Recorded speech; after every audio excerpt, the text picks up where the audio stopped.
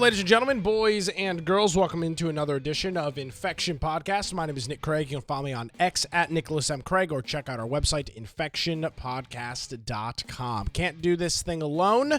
Joining me safely, he marked himself safe on Facebook from Tropical Storm Hillary, Brian with an I, Aldridge. Hey, Brian. Hello, yes. As I was telling you a little bit before the show started, it's been raining a lot here. Quite the interesting effects all the way up almost to the north of the United States. So if you want to find me, you can find me at Brian Aldridge on Gab, Getter, True Social, or at Boise Computer on Twitter.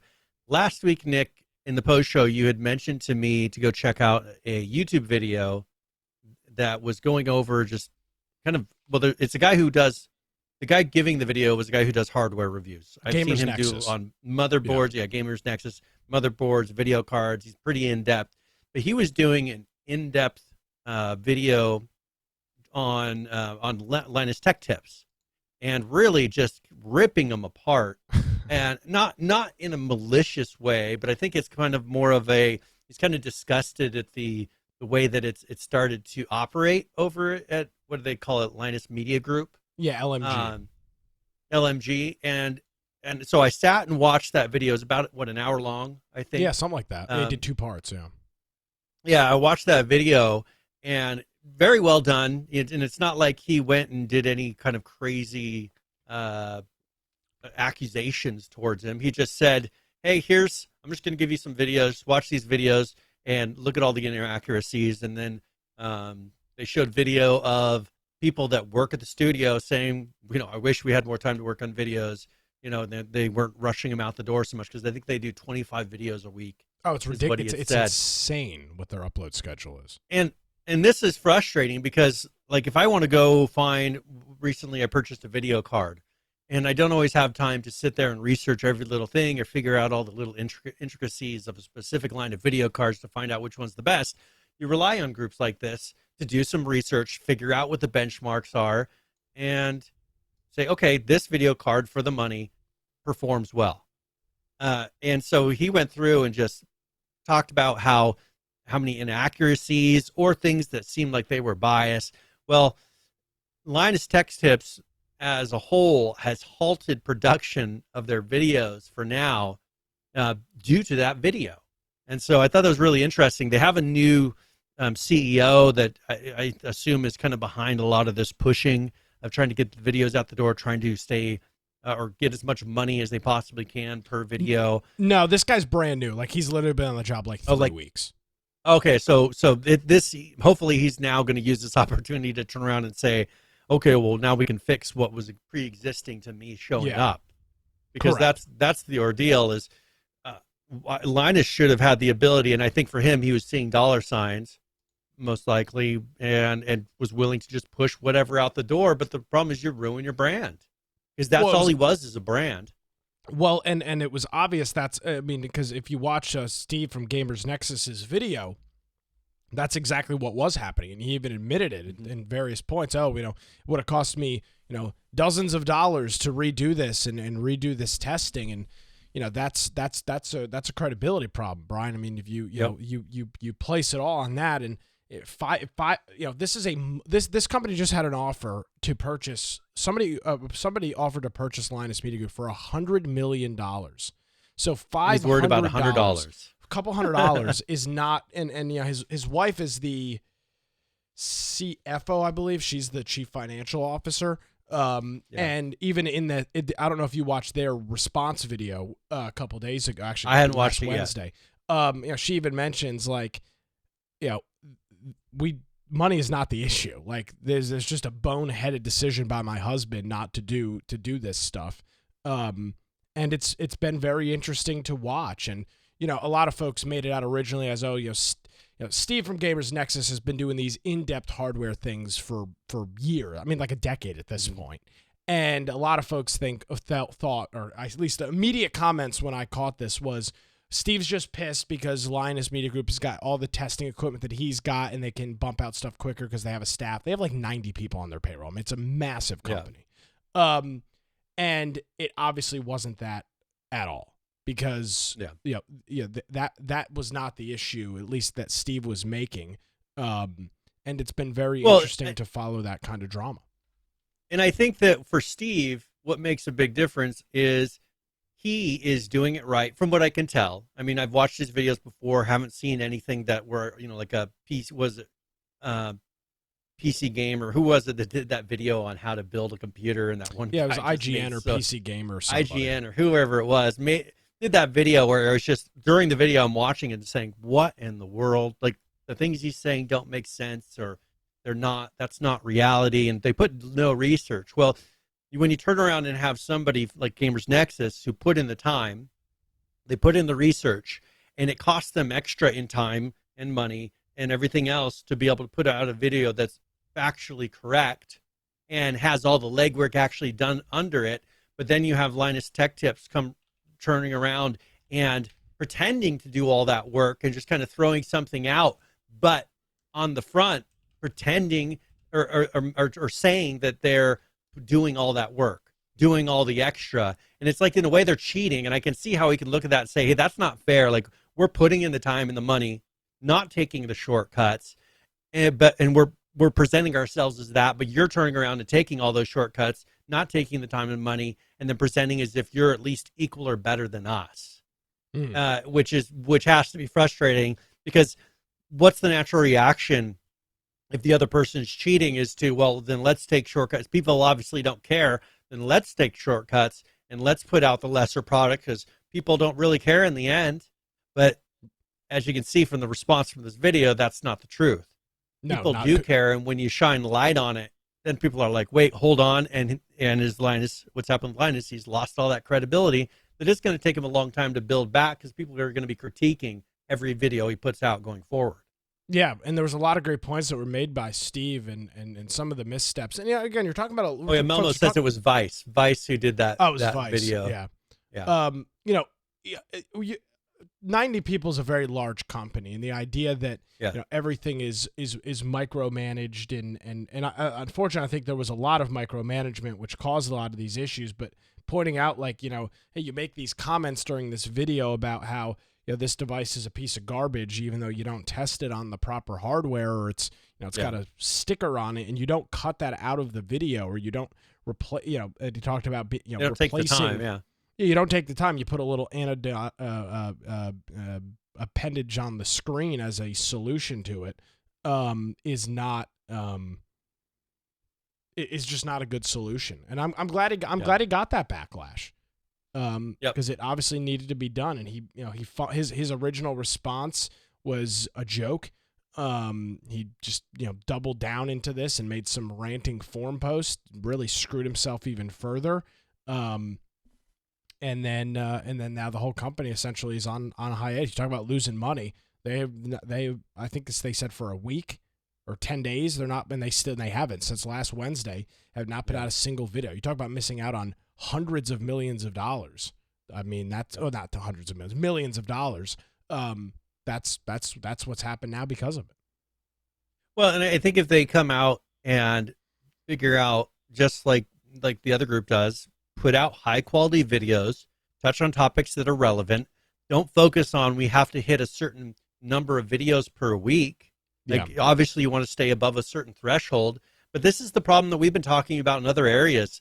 Look at the news industry, the newspaper industry, the radio industry, the TV news industry, and they've gone from doing those hard-hitting stories where sometimes it would take months of research by a particular reporter to dig something out and to break something that's new that no one ever heard of. I mean, look at Drudge, for instance, what he used to be. He broke the whole Monica Gate, from what I remember. With Monica Lewinsky and the president, and that took him kind of digging, finding sources, and he broke that story. Well, that made him really famous, and he kind of, I think he sold his company, and who never knows what's happened to him now. But now you look at what most of the news industries are doing, is they have one head organization that's handing them news, and they're just repeaters of that news. And they don't have the individual people doing digging, trying to break stories. And if there are none of those people, like, how do these things get discovered? We're kind of etching away and taking away a whole area of what used to make to root out corruption and root out problems. And I think it's becoming a bigger problem. You mentioned something about their video release schedule. So that's a multifaceted, that's a multi-pronged approach. See, unfortunately, when this turns into a business, which it is now, you have a sales team, right? And the sales is that's the vast majority of their revenue is coming from selling in video ads to the on Linus have Media to guarantee Group. certain clicks and Well, no, it's not even that. But on Linus Media, it's the and here's the segue to our sponsor. That's their whole joke. Yeah. So when you're a sales team and you don't sell a video the day it comes out. I mean, you're selling out months in advance. That is a problem because now you have advertisers that you have promised ad time to. They are paying you for ad time on how X amount of videos a week or X amount of videos a month. And you have to make that up. It's the same thing in the television world. It's the same thing in the radio world. It's the same thing in the print business world when you're doing that. So there is deadlines and there is, a lot of folks, I kept hearing Steve say it's an artificial deadline. Well, it's not an artificial deadline. I mean, this is a business that is promising advertisers, and some might say, well, screw the advertisers. For specific topics. Maybe for specific topics, maybe not. But nevertheless, I mean, you only have however many videos a month that you produce. You can only sell that many ads. If you're not producing all those videos, now you can't sell those ads. Now you've got a business problem. So there is another facet. You can't guarantee that their value for the dollar. If you do, let's say, 5 less videos in a month, then there's that much less that you have to put all these ads into. And either you're going to drop some ads or you're going to show ads less. But see, the problem with that is when you pre-sell a year, I mean, like most ad things, you purchase those in blocks. You'll purchase a year's worth of advertising at a time. Multi-million-dollar contracts to purchase advertising. You're not buying every day. You're not buying, here's $15,000 for advertising today. No. So it's a mixture. They've got to obviously stop being so aggressive with the sales stuff and allow the video production to catch up to it. And that might hurt the bottom line, sure, but if that's what has to happen, that's what has to happen. I can guarantee you one of the reasons for the expedience and for the grind, as it's called, of video production was absolutely because they had already had these videos sold, because that's how sales work. I mean, if you're selling, had to get out that many per you've week. already promised it to an advertiser, right? And they've already paid you. So you've already sold somebody, $100,000 ad on a video. You've got to provide that ad, like the Super Bowl. Well, I mean, the Super Bowl is a great example of it. If money isn't the issue, then what they need to do is bring on more staff to be able to produce more facets of videos so that the individual groups are able to put the necessary time in to produce those videos so they can still hit the 25 mark. What they need to do is match their staff size to be able to put out the videos that match the quality level that they're hoping to hit at 25 videos per month. And whether that means their staff needs to grow, then so be it. You're making all that money for a reason. And it comes down to greed of, if we bring on more people, that means less of the money that we get to take home. Okay, well, that's true. But you're holding a certain standard to keep your brand alive. And that's where I think they really failed. Agreed. Yeah, it was a huge failure. It's been interesting to watch kind of the drama and the fallout from it. And we'll see what it ends up doing. I've seen there's been a huge downtick in subscribers to the LTT channels, and a lot of folks canceling their Float Plate subscriptions and everything else. A lot of folks say, oh, this is the end of LTT. No, it's not, because it's an entertainment channel first and foremost. Their videos are very funny, and the stuff that they do is very interesting. It's not content that you're finding anywhere else on YouTube. It's just finding that mix and balance of running a successful company, but also producing accurate info. And that's what this all comes down to. Linus Tech Tips, because of their short timeline and their aggressive publishing schedule, they were producing inaccurate content. And that's an issue. That right there is the issue. That's what needed to be resolved. And obviously Linus wasn't willing to do that until somebody called his ass on it, and they did. Yep. I mean, shortcuts work until it causes a problem. And and that is a problem. The problem has come. So. Yeah, the problem is when you're releasing inaccurate information about, a piece of hardware because you didn't bother testing it in the way that the people told you to test it. That's a problem, right? That's no longer. There's no plausible deniability there at all. So they should be back between now and next week's show. And I guess we'll just have to see what happens with it. But it's everybody loves drama, Brian. I mean, that's what this comes down to. A little bit of drama's never hurt anybody. But in this case, some of the stuff that they were doing the point Steve made was pretty egregious, like auctioning off somebody's, in R&D piece of prototype to potentially a competition. I mean, that not only is morally unethical, they could be sued for a fortune over that. I mean, that is just complete and total gross incompetence. And that was just aside from the fact that they totally just didn't do justice to the prototype that was there, didn't follow any of the recommendations, didn't implement it in the correct way, and then they trashed it in the video. I mean, come on. It was just poor choices.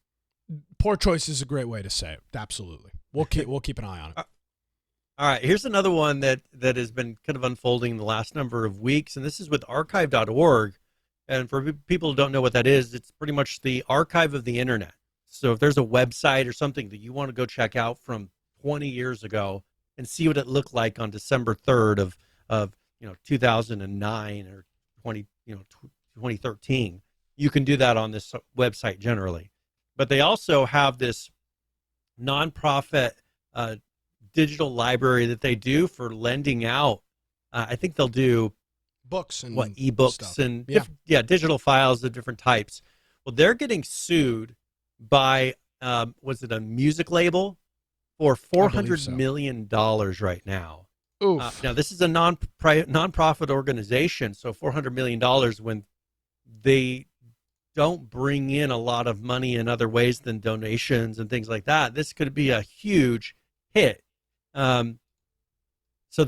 Here's something interesting. The Great 78 Project is what it's called.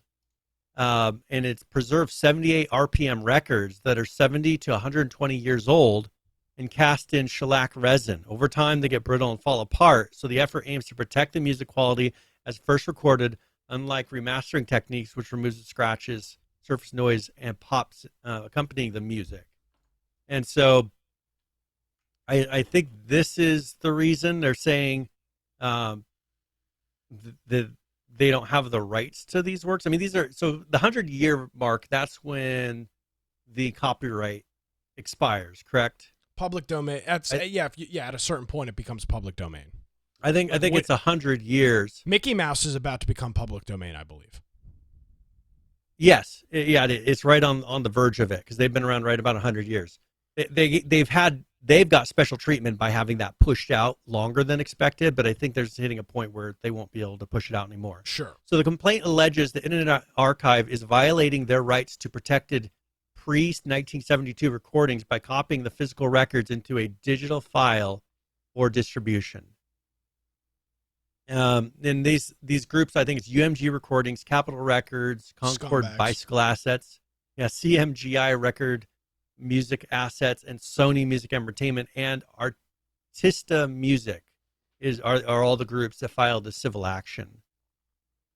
I can understand the problem here because a lot of these things are getting lost. Even one thing I don't think people even realize is some of the old video games even and source code have been getting lost because the things that these are held on, sometimes tape, are disintegrating and they're getting destroyed. And the original records are going to be lost unless they get put somewhere. And a lot of these places, people go and put things that there's no use for them anymore, but they want to have it recorded somewhere.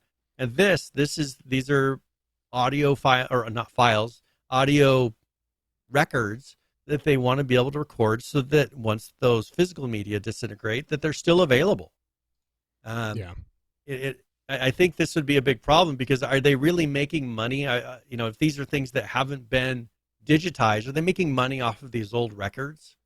No, now, they're not. There could be copyright on some of these, but if they've already been remastered and saved and put up for sale or for listening by these various music labels, then that's one thing. Don't put those on there. But if they're ones that aren't available anywhere else, then why? Hopefully you wouldn't be against the saving of these records. You wouldn't think so. Well, it appears that they are. some of these, the ones they're listing are Frank Sinatra, Ella Fitzgerald, Billie Holiday, the Thelonious Monk. I've never heard of them. Miles Davis and Louis Armstrong. Most of those aren't 100 years old, though. Like Frank Sinatra's. No, but these are from the 40s, so Yeah. these are coming up on 80 years old. That's between that 70 to 100-year-old. The ones that they're bringing up are the ones that are still fairly well known, and there's probably some recordings of them. But after these guys, there's a lot of them that they're hard to find the music from them. The ones that are reaching closer to the 100-year mark from the 1920s. There's not a lot of music that you can get from then that maybe wasn't other than the really popular music.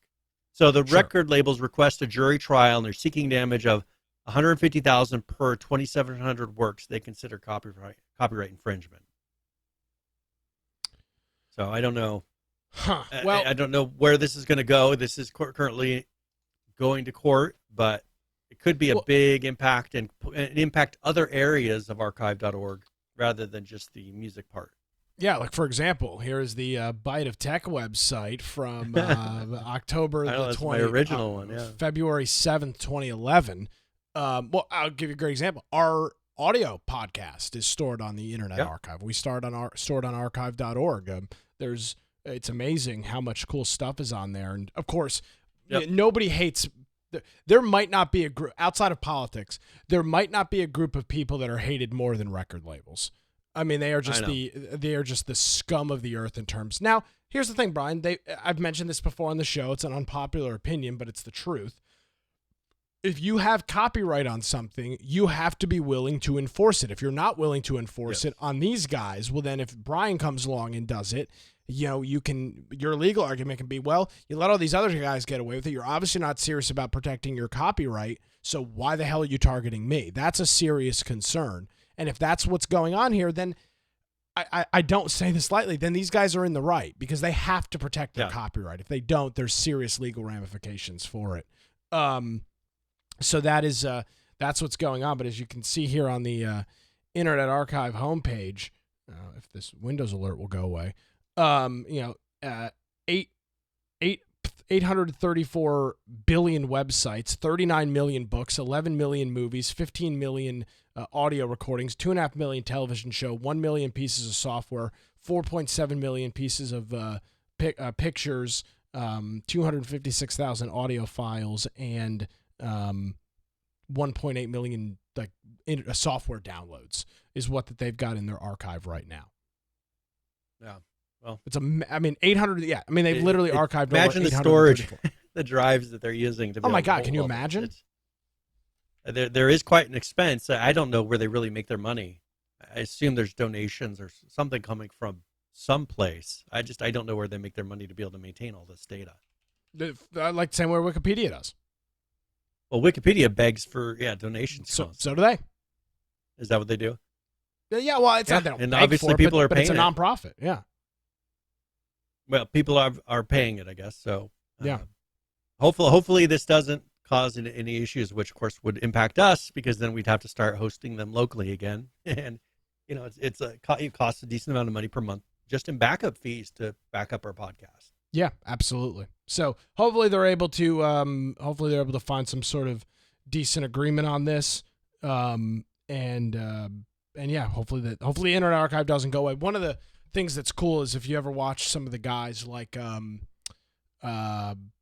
Lazy Game Reviews and some of these other people, when they buy these weird pieces of they'll buy some weird vintage computer tech from the 90s or early 2000s, they always say, oh, the software has been the software's up on Internet Archive, the driver is up on Internet Archive for this obscure PC mouse, some serial mouse that came out in the mid 90s or the mid 80s.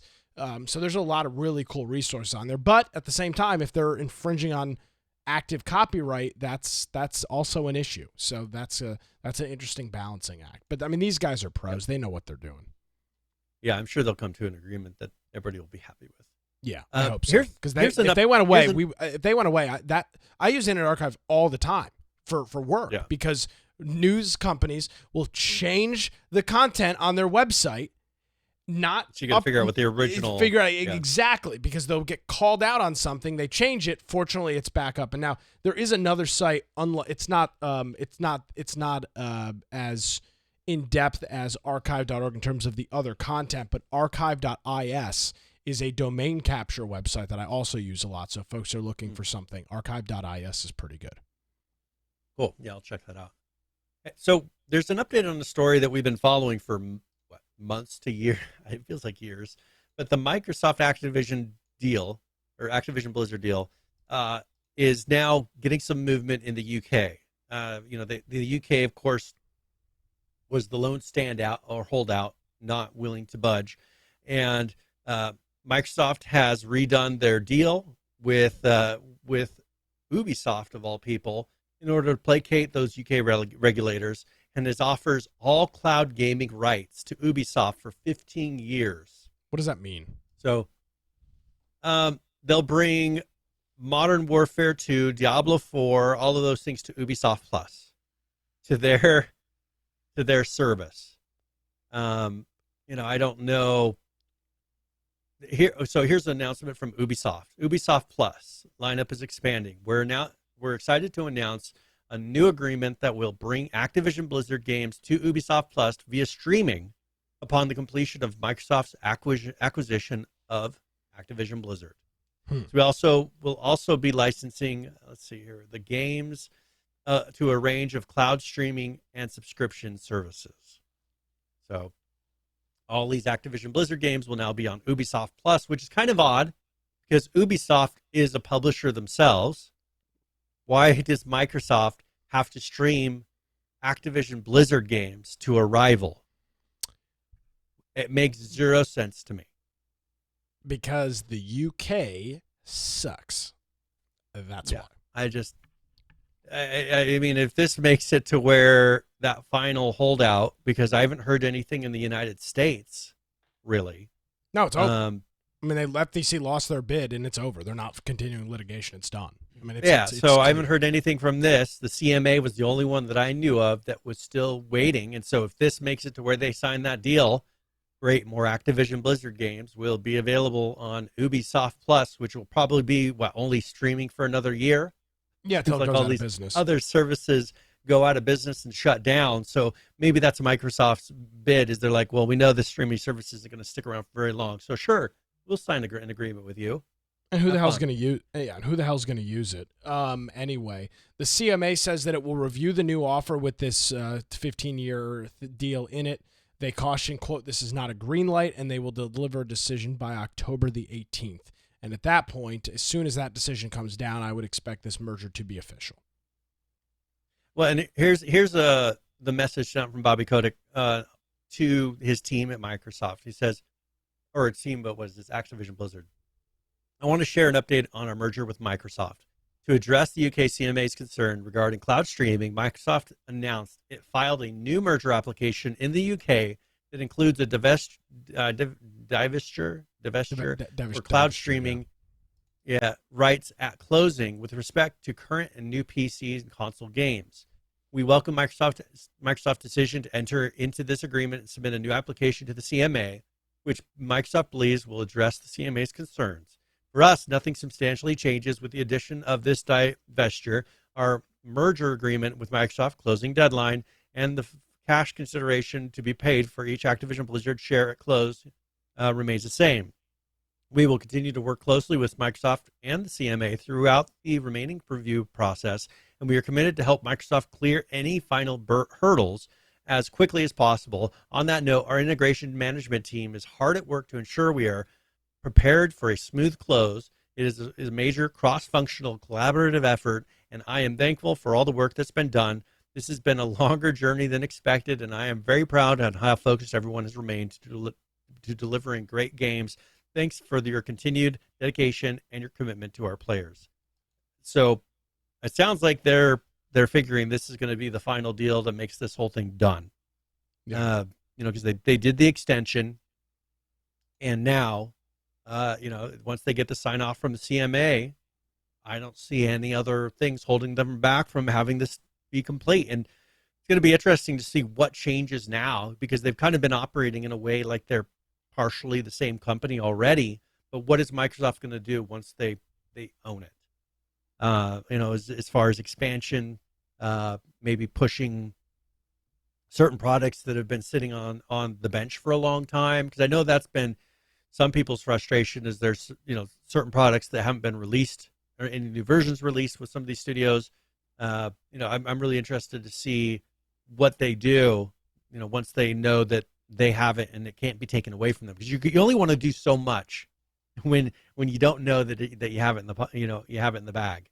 And I think here, that this is going to be the thing that really makes it to where we'll see what Microsoft's vision for Activision Blizzard is.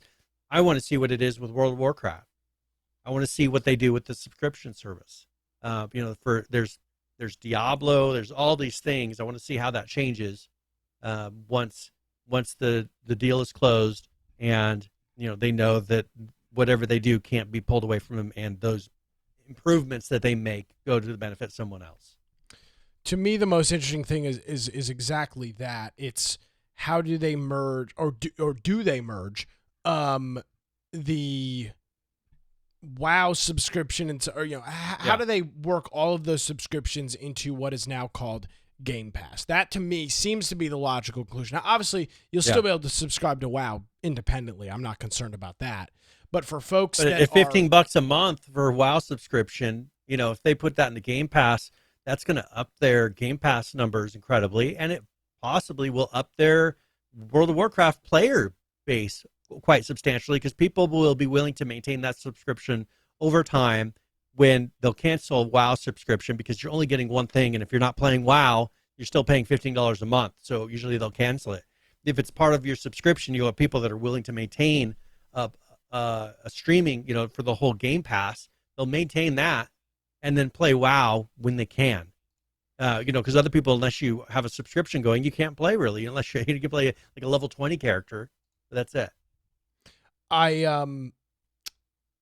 What I think is more likely is that they have another tier of Game Pass on top of the base for maybe $10 more a month that includes some of those things. If you're already a maybe Game Ultimate, Pass, because Ultimate, they're always trying to, but they're going to have to add another. They're going to have to add another tier to it. Yeah. There's no way there's two options. They either roll in the WoW subscription and jack up the price, or they add another tier with a cheaper WoW subscription for folks that are already paying for Game Pass. Those to me seem to be the two options, and then obviously keep it separate. Is it necessary to pay $15 a month for a WoW anymore? Honestly, once Microsoft takes them over, but they also, you already pay for the individual upgrades of the games. So each expansion you pay $60-$70 for, and then you're paying a monthly subscription.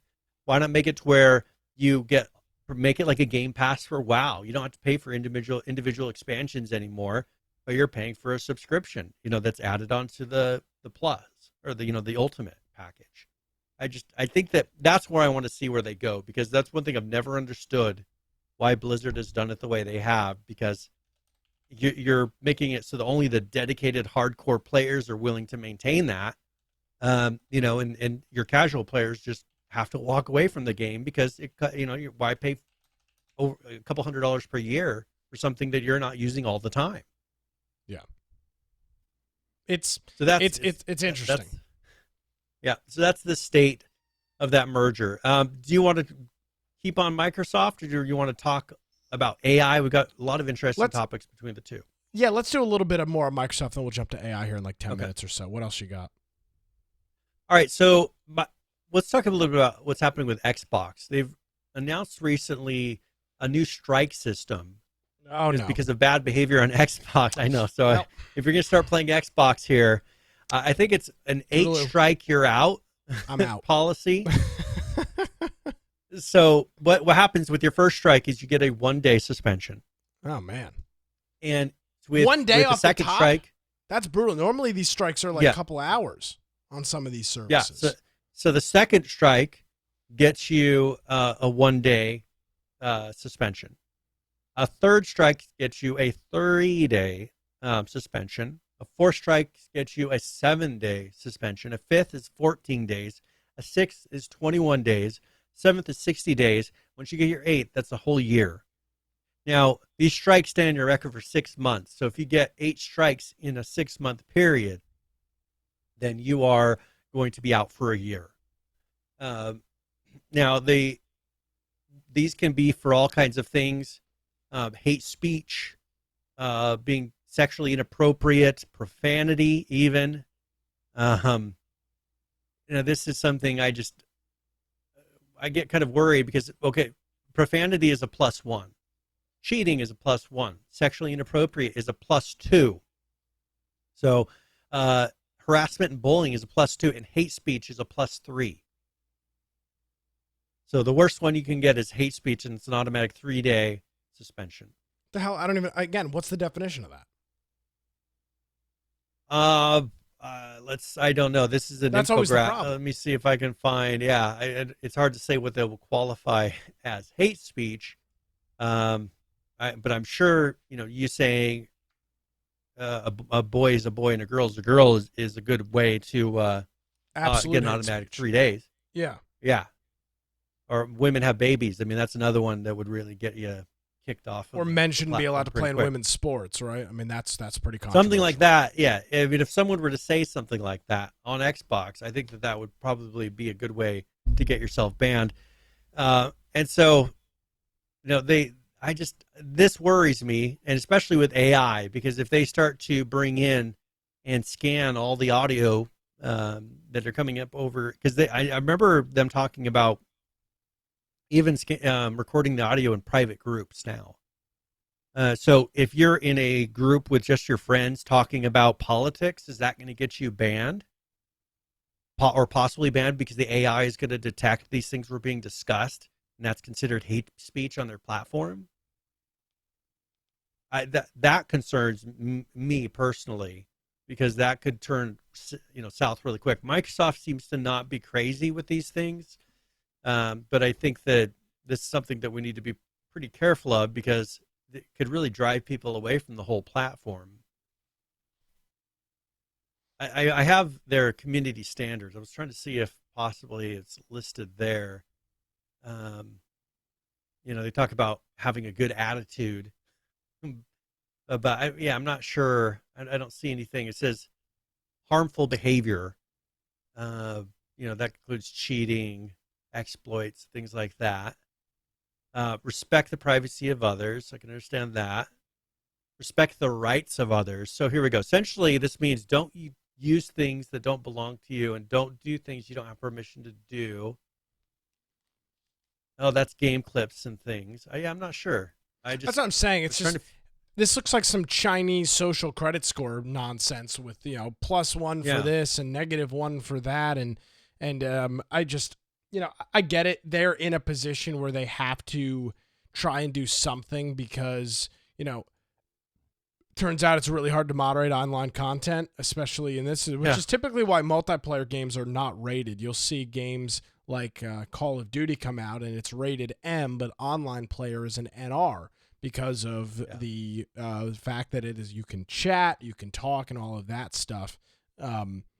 I don't know. To me, this is more of them just trying to appease and just try and maybe get some heat off of them. I don't know how they enforce any of this. Mel is bringing up, COD lobbies. Yes, any game lobby where these things are being discussed are just total cesspools, and that's what makes them so great. Well, what I think they should do is have 2 different variations of the lobbies. Have a one where you do a checkbox that says, I'm an adult, and I'm willing to put up with the risk of hearing something, and then one for my kids when they're using any online services that has these rules, where you're going to have one where if kids are under the age of 18 or they want to have an account that's not being subject to whatever levels of toxicity, then have one where that's a area that they can be, that these types of rules are enforced. But if you're willing to kind of open up the floodgates and check a box, then these rules won't apply, and you're going to hear things you don't agree with. But guess what? But if you've got a child account, now you people can disable that stuff. Yeah, but people can submit audio clips here for reporting. They have a feature now where you can clip and then submit those to here, and if you can catch somebody saying something that you find disagreeable, then they'll get a ban on their, or get this strikes on their system. Yeah. And so have a place where you can talk and you can say cuss words and things like that, and not be worried that you're going to get reported 5 times and get your account banned for a year. It just kind of seems kind of crazy when that's part of playing online on a game that's made for adults. You should be able to have some freedom to sit there and talk in certain ways, and they're taking that away. Don't limit everybody because some people don't want to be subjected to that. Make an area where if people want to, they can go to an NSFW equivalent channel that allows them to talk however they want without being worried about being banned, unless it's something that's truly crazy. Whatever we determine crazy to be. Yeah. In other Microsoft and Xbox news, I caught this over the week as well, Brian. This is this one hurts me at my soul. The Xbox 360 store is officially being shut down in July of 2024. It will not make it to its 20th birthday. This again, first of all, I can't even believe that the Xbox 360 store is still online, but it is. People are still buying, yeah. Yeah. I mean, people, obviously enough. Yeah, I mean, the numbers are obviously minuscule. But they've announced that they are officially taking the Xbox 360 store offline in July of 2024, a year and change shy of the console's 20th anniversary. It does note that this has no bearing or will make no impacts on folks using backwards compatibility on the Xbox. It's not going to screw up with anything on that. It's just that you will no longer be able to purchase games on the Xbox 360 store as of July 29th of 2024, and other entertainment products won't work either, like Microsoft Movies and the TV app. You'll have up until that date to purchase games and DLC from the Xbox 360 store and the online marketplace. So for folks that I guess are still hanging on to the Xbox 360, still actively buying games on the store, similar to what folks did with the Wii before they shut that down, get all your stuff downloaded, and then I guess you'll be good to go. Well, and it seems like they're kind of shutting down a number of things, because also here on the 28th, they're retiring the Xbox Console Companion app. Yeah, that makes sense. Yeah, and this is one that's for Windows 10 and Windows 11.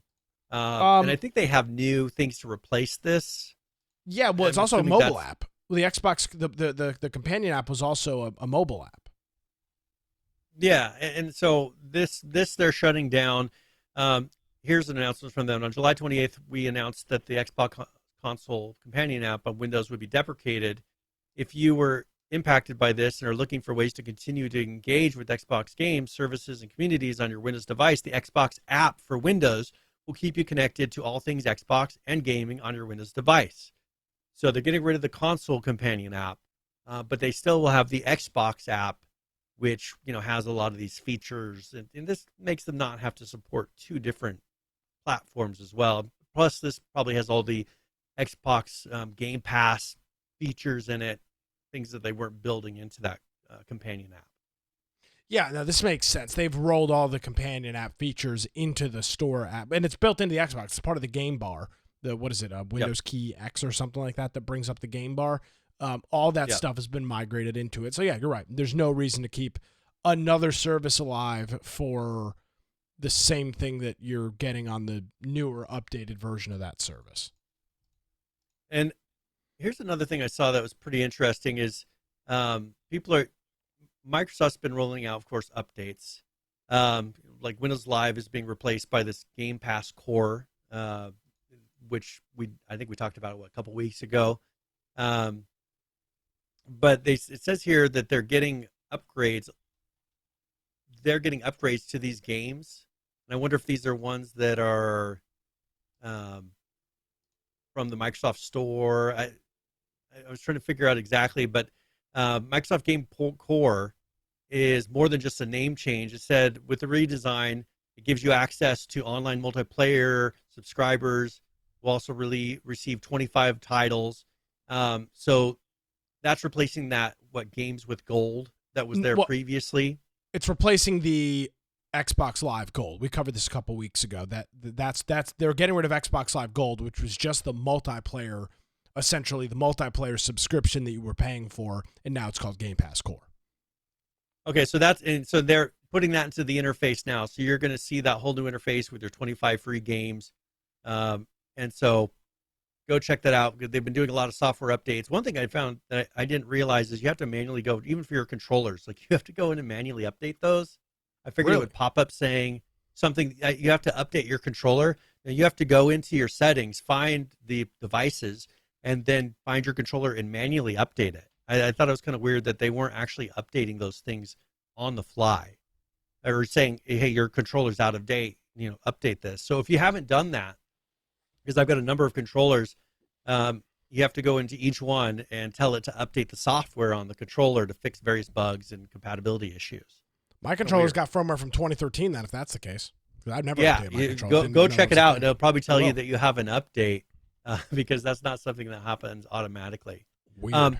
Now, remember that family and friends pass that they were promoting? You've been waiting on it. I've been waiting to come out. Well, they ended the version that was out there in August. So this month, this is something that they rolled out in South Africa, New Zealand, 8 or 9 Sweden. countries. Yeah. They're ending that here on August 15th in all of those countries. They're no longer accepting new registrations, and new member additions to existing family plans will no longer be accepted after July 17th. They haven't announced that actually being, it's like they did a test of it, and they haven't announced it actually being released.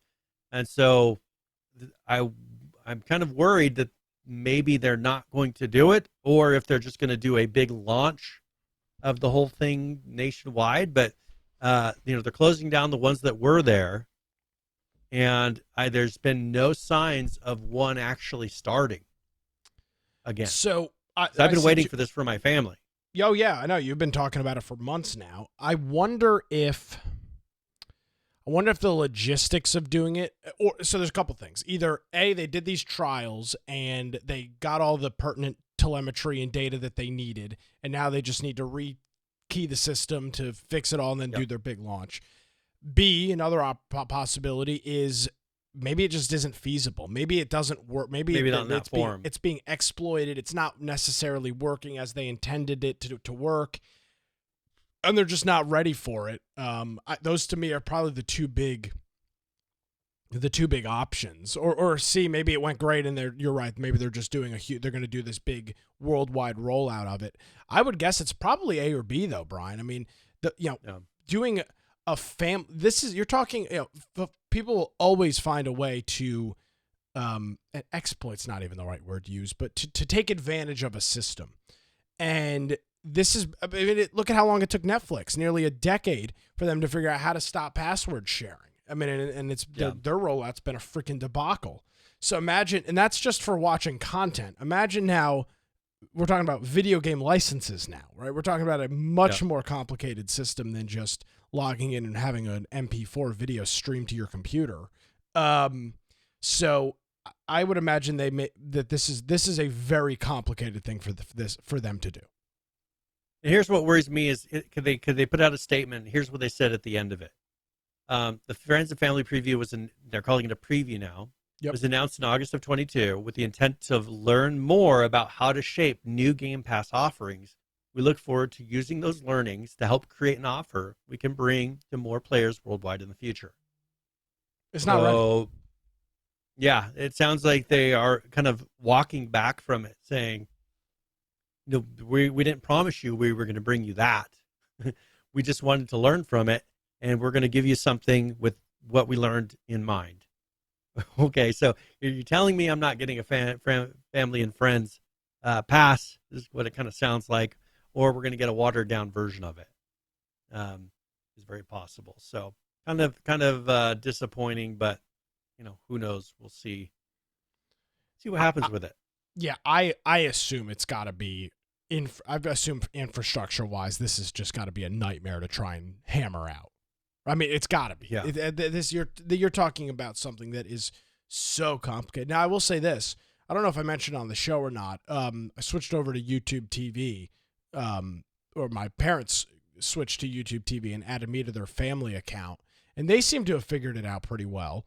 But again, Yeah. you're talking about video streaming versus, again, licensing for specific games and how many games can you play at a time, and how are you doing location verification? There's a lot of stuff that goes into sharing content like this in that fashion, and a year to get all that data back and figure out how to crunch it all together. And again, Brian, there's a possibility they find out it's just not feasible. Right? It's not. It's not a feasible system for them to continue with long term. I hope that's not the case, but it's. I don't think that's improbable. But they've got to figure out a way to, when you have kids, you can't buy 5 Game Pass Ultimates. It's ridiculous. Yeah, it doesn't make sense. And how do I make it to where when I'm not playing on my Game Pass Ultimate, but I want to be able to manage how my kids play those games, and I don't want them logging into my account to play those games. You've got to come up with a way that I can let my kids play the games where I can still use parental controls. And the way the system they've set up, they just have not made a way to make that feasible. And so they're making it to where I can't do that, to where then my kids just don't get to be able to take advantage of being the games that I have, because I'm not going to let them have free reign access to the Game Pass library. There's too many games that they just aren't old enough to be able to play yet. So kind of frustrating, but we'll see. I don't know if you saw this, but Major Nelson, he's going to be leaving Microsoft. He's after 22 years. He's Mr. Xbox. One of the main faces of Xbox for 22 years. And so he's going to be leaving, and I assume that for him, this is just going to be because he's retiring. I mean, sure. He's been not because he's mad or anything like that. But he's going to be heading out, and so here's a quote from him: "As I take a moment and think about all that we have done together, I want to thank the millions of gamers all around the world who have included me as part of their lives." And this is a lot of people where from many years ago, he's been the marketing guy. I mean, he's been kind of the face of the Xbox marketing.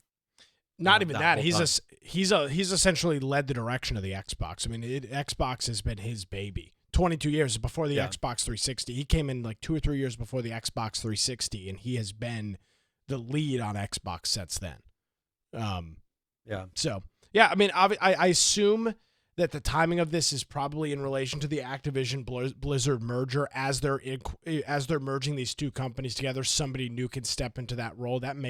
Timing wise, that makes a lot of sense. I mean, he's made a fortune. I can't imagine what his salary is over at Xbox. So that's great. Brian, you mentioned a little bit of AI news as we round out the show. What's going on there? All right. So one thing I wanted to mention here is there was a judge ruled that AI art cannot be copyrighted. That is something that is going to really affect. Let's say people are using AI to create things for video games, create for anything they're selling. Well, you can't prevent anyone from them taking anything you made from AI art and reusing it themselves. They have made a ruling that there has to be a human in the making of whatever the art is to be able to put a copyright on it. And this could be where people can do a mixture. I'm assuming if you take a piece of AI art and then you put a human touch on it, go and redo things, and that maybe would be copyrightable. But the original thing that's being created, all these things that these AI generators are making, cannot be held in copyright. Let's say they start using this to make things for film, for ads. Well, how's that going to impact the ability to protect your work, protect your brand? I think it's going to be, of course, you'll still have the same patent laws, but images that maybe you have created that define your company, people be able to take and post with things that actually make your company look bad. And what are you going to do about it? You can't get them on copyright for taking the thing down. It's going to create some interesting things in court. And a lot of people, studios, video game industry, they want to use this, but if you can't copyright the work, how are you going to end up using it in your final product? Because this kind of is a blow to those type of systems wanting to do that. Yeah, I feel like this is going to change a couple more times before we get to our actual final rendition of because what this doesn't make like. sense. What about creating I think it does AI make sense. voices? But I'm saying, as far as saying that you can't do anything, like there's got to be some way that you can protect the dialogue that's created. Maybe people can still use that AI generated voice tone. You can't get that because it's not a person, but the content in it should still be. It's very hard to copyright content. Yeah. That you've not made yourself. That's a very tough thing. I mean, you can copyright names and logos and images and stuff like that. It is very hard to copyright content, especially if you're not the actual author of it, right? Which you're not if you're having AI generate. It's using tons of people. You'd have to guarantee that you own 100% of the rights of the training material. That's not possible to do. Not currently. No. Unless you had somewhere that was creating just tons of content and then basing AI works off of that. Sure. But, none of those places are doing that yet, because there's no place that has enough content that they own 100% rights to. Yeah. So we'll see. That I thought that was kind of interesting. I saw this. This affects. Go ahead. Hi-Res Studios. They are the maker of the Realm Royale, the chicken game, the battle royale where you turn into a chicken when you get shot. They've updated their voice actor policy regarding AI use. This is after a performer called out the company for causing for a clause permitting AI use in the case of an actor's death. Hi-Res is also the company behind Smite, and it says the company's contract language covering AI/synthetic performances now says client agrees not to use sublicense the performance to simulate talent, voice, or likeness to create any synthesized or digital voice or likeness of talent. So this is this is the fear. This has been the big fear of AI, is that you have voice actors, you have actual actors, like the first episode of the new season of Black Mirror. You get a little bit of content from them, and then you just run with it, and it's now, it's them, but it's not them because it's all being generated by AI. So this contract says that you can't do that. In this case, the client is Hi-Res Studios. So they're not going to be taking voice actors that they're paying and then using those samples to then generate that voice by AI, so that they don't ever have to pay them again. This is what I expect will continue. This is how this stops: is the contracts between the voice actors, the filmers, the graphics people. Those contracts all state that you can't do this with AI. That's going to be what puts, I think, a big damper on this, and rightfully so, because that's utterly ridiculous. Because you're going to eventually hit a point where it'll kill that whole industry, because they're going to be able to create whatever tones and sounds using already existing people's voices to train this thing, and then where are these people going to find jobs in the future? I know that kind of say, oh well, AI is not going to take everybody's jobs. Well, that's an area where they could, because they'll be able to create voices that sound realistic enough to where people can't tell the difference between these AI generated voices and a person sitting in a studio. And once it hits that point, why would they pay somebody to sit in front of a microphone doing lines when they can type it into a computer and say, here's the tone that we want to have, and you kind of just tell it, I want to have this line said this way with this kind of emphasis, and kind of critique and change it slightly to get the sound you want. And you can pay an engineer minimum wage to sit there and feed it the prompts, or you can pay a person who then gets some of these people that are tied to shows that are the voices of some cartoon characters, making millions of dollars to read lines into a microphone. It's much cheaper to pay the minimum wage, and that'll be the thing that kind of kills that industry. Is you won't get the people that are really well known, because they'll get replaced by the AI unless this is in the contracts going into it. And I'm sure they'll have, the Actors Guild equivalent of voice actors. Oh, I'm sure. So I'm saying you cannot do this. You'll get no work from anybody unless you're willing to sign and agree to these terms. It's definitely very interesting. All right, Brian, unless you got another quick one, roll out of here, whatever you want to do. Nope. We'll, one thing I was going to mention, ChatGPT is available on Android. So it wasn't available on Android? No, they have an actual Android app now. How did they have an iOS app before an Android app? That's normally the other way around. I don't know. Who knows? Maybe they if they found it easier to develop it, or maybe they originally made the prototype in iOS and then they had to go and remake it for an Android device. Yeah. So, so that's available for people that are interested. But if you want to find me, and I'm sure not on ChatGPT, but you can find me at Boise Computer on Twitter, or X as we're calling it now, or you can go to at Brian Aldridge on Gab, Getter, or Truth Social. If you want to go check out my blog, biteoftech.com, you can do that. You've got ways that you can contact me on there. And of course, it's changed, as Nick said, over the last 10, 15 years. If you want to go to our website, infectionpodcast.com, just go to the upper right-hand side, and you can see where you can join our server on Discord. That's the perfect way to get a hold of one of us. We've got 11 ARC servers running that you can go check out on there, and also a show news channel. If you want to submit topics or something that you think is relevant for what we discussed, go ahead and put a link in there, and we'll review it before the live show. If you want to watch the live show, you can do that through Twitch or YouTube, or the recording that's uploaded to Rumble after the fact, or you can listen to our podcast on the lower right-hand side, and that's recorded and then uploaded when the show is done. And if you are listening to that, that means that it will have the particular show note episode ready to go onto the website. Just click the link, and in there, there's a video and audio player and links for everything that we discussed throughout that episode.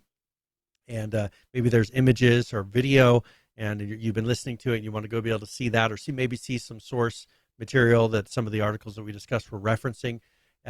Those will all be listed on there and easy to access. You can go to the support option if you want to support us up top, or go to infectionpodcast.com/support if you want to do that. Yes, sir. Thank you very much, Brian. Greatly appreciated. We will catch up with you next week. All right, ladies and gentlemen. Well, thanks again for joining us. If you want to check out my antics, you can visit my website, nickcraig.com, and check out the Wilmington's Morning News podcast Monday through Friday. As Brian noted, if you missed any portion of the show, maybe want to check out some of our articles, head on over to our website. It's infectionpodcast.com. Thank you so much for joining us, everybody. Have a great week. We'll see you next time.